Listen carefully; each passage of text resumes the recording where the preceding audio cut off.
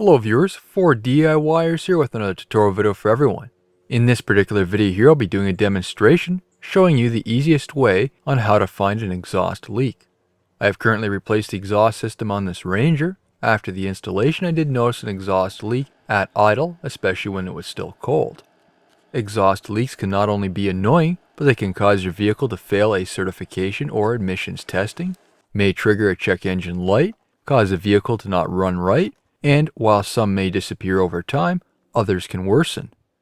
For this I'll be using a vacuum cleaner that can be used to blow air and a spray bottle with a soap and water mixture. The exhaust system must be cold when this is done. Locating the tailpipe, the vacuum is already set up as a blower. Insert the hose into the tailpipe. A rag can be used to help seal up the connection and maintain pressure, and you may also need a helper for this. Then switch the vacuum cleaner on. This will pressurize the system, showing any leaks. Depending on the severity of the leak, you may be able to feel it by hand, or in this case with a spray bottle, I can spray it onto the connection. This method is great as you don't have to deal with a hot exhaust system, either burning yourself or having the water and soap mixture evaporate immediately. As you can see, the ball joint connection is leaking. Some connections can be tightened, or others may need a new gasket.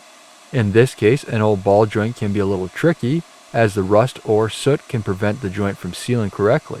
It's important to clean these during the installation, but if that fails, a light amount of high temperature sealant can be used. This is an extreme heat situation. Around the area, the connection can get up to 1200 degrees Fahrenheit or 650 degrees Celsius, but this will depend on the vehicle, so it's best to have a sealant rated for this temperature. If a leak is too large, such as what I have found on the EGR pipe, in this case I was able to hear and feel the leak by hand. Unfortunately, this pipe was too far gone, so a replacement was the best option.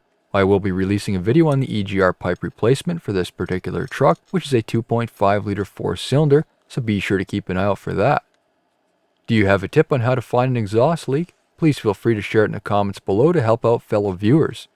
It has also been brought to my attention that not all my subscribers are receiving updates when my new videos are released, so if you can, please follow my Facebook and Twitter pages. Links to these pages will be included in the description below. New videos are released every week on my channel. Be sure to hit that thumbs up button, it's a huge help to me. If you're not a subscriber, be sure to also subscribe to my channel for future tutorial videos. Thank you for watching.